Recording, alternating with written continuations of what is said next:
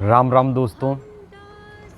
बाबा की महासमाधि के बाद भक्तों के अनुभव की श्रृंखला में आज हम कचौड़ी माई के जीवन से संबंधित एक घटना को सुनेंगे।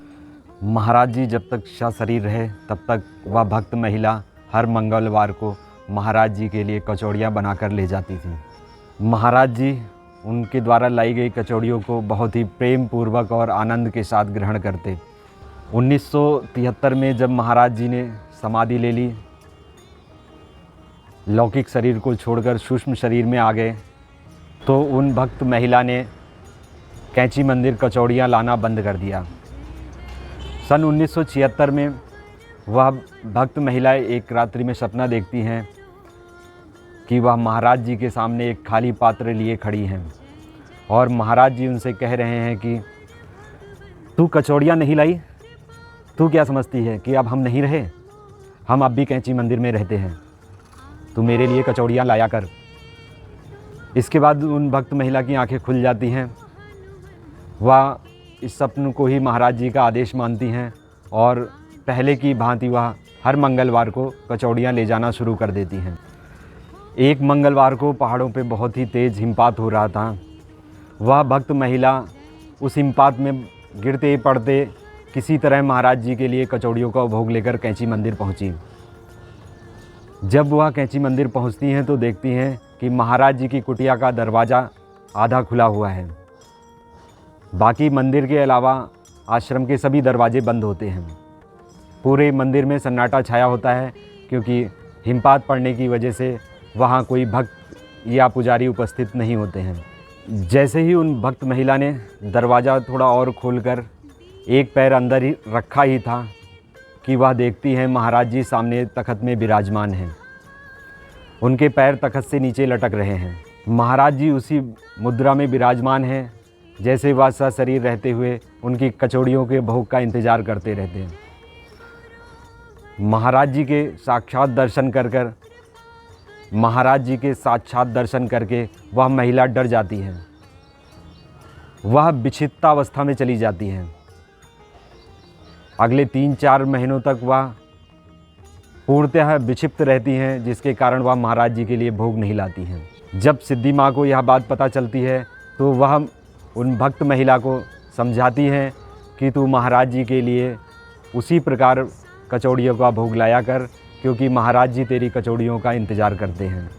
श्री माँ के समझाने के बाद जब उन्होंने कचौड़ियाँ ले जाने का अपना नियम दोबारा से शुरू कर दिया तो वह कुछ महीनों में मानसिक रूप से पूर्णतः स्वस्थ हो गई।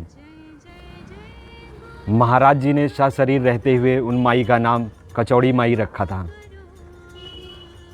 जिस दिन महाराज जी कैंची मंदिर से महाप्रयाण के लिए प्रस्थान कर रहे थे, उस दिन भी वह कैंची मंदिर के बाहर तब तक खड़े रहते हैं जब तक कचौड़ी माई वहाँ पहुँच नहीं जाती हैं।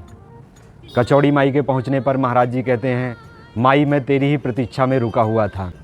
दोस्तों, यदि अभी तक आपने चैनल को सब्सक्राइब नहीं किया है तो सब्सक्राइब ज़रूर कर लें, जिससे आने वाली वीडियो की जानकारी आप तक शीघ्रता से पहुँच सके।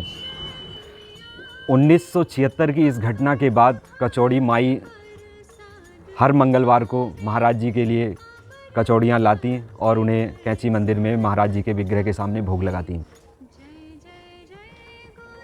लेकिन फरवरी 1988 के प्रथम मंगलवार को वह महाराज जी के भूमियाधार स्थित आश्रम में हनुमान जी के दर्शनों हेतु चली जाती हैं, जिसके चलते वह उस दिन कैंची मंदिर महाराज जी को कचौड़ियों का भोग नहीं ले जा पाती हैं।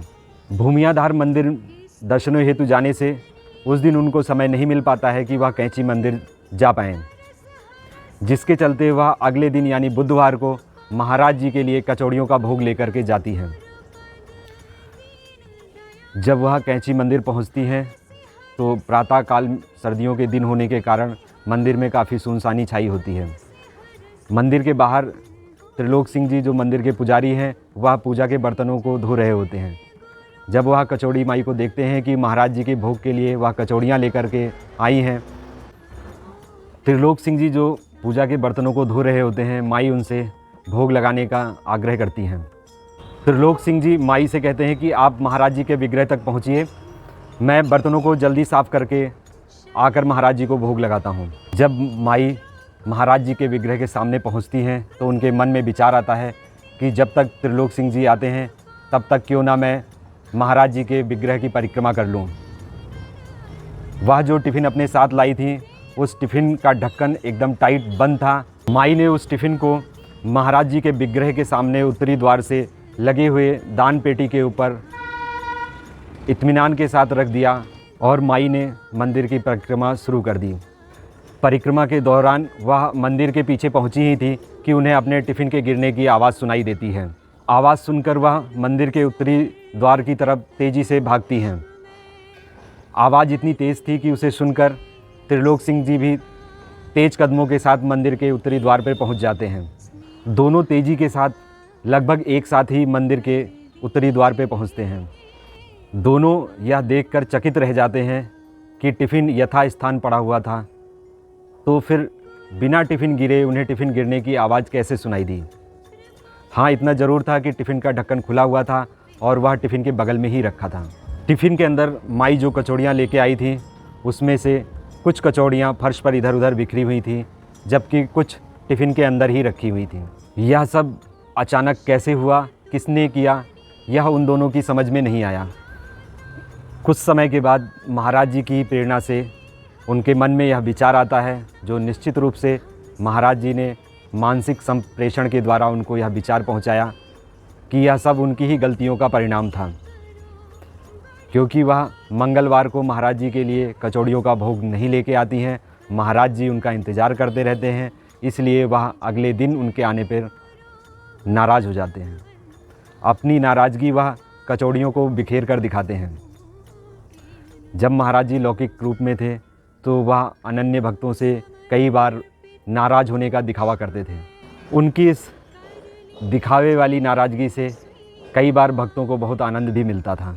महाराज जी की इस नाराज़गी वाली लीला में भी हम सभी भक्तों के लिए एक संदेश है।